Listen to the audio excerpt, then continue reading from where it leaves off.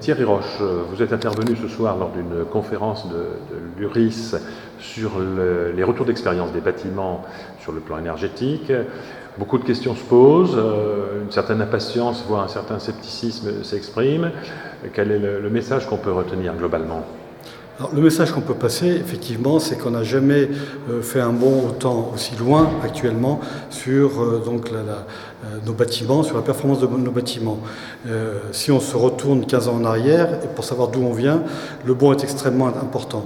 Alors effectivement, on aimerait que ça aille plus vite, mieux fait, avec les performances qui suivent.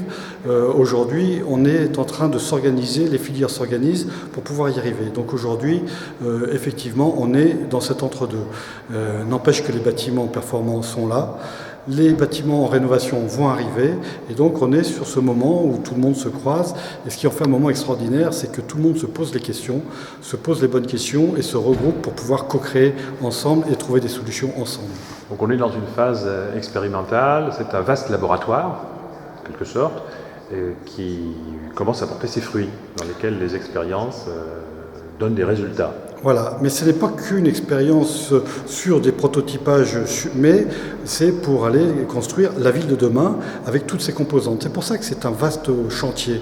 Mais ce chantier-là, il est à la fois passionnant, avec les rencontres qu'on peut y faire, et il apporte de vraies solutions.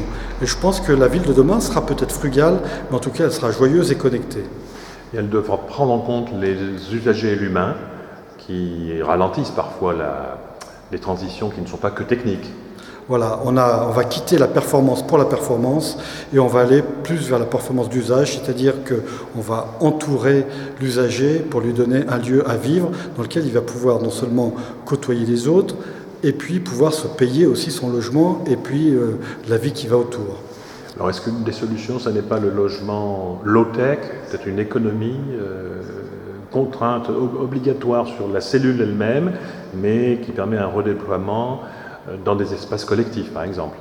Voilà, on assiste à un retour sur soit les choses comme le béguinage, ou en tout cas des mises en relation et des mises en commun de certains espaces qui coûtent moins cher quand ils sont communautarisés, pour en fait le plaisir de se retrouver aussi ensemble. Donc l'un ne va pas sans l'autre, on peut faire des économies et trouver en fait et avoir du plaisir à le faire. Très bien, je vous remercie.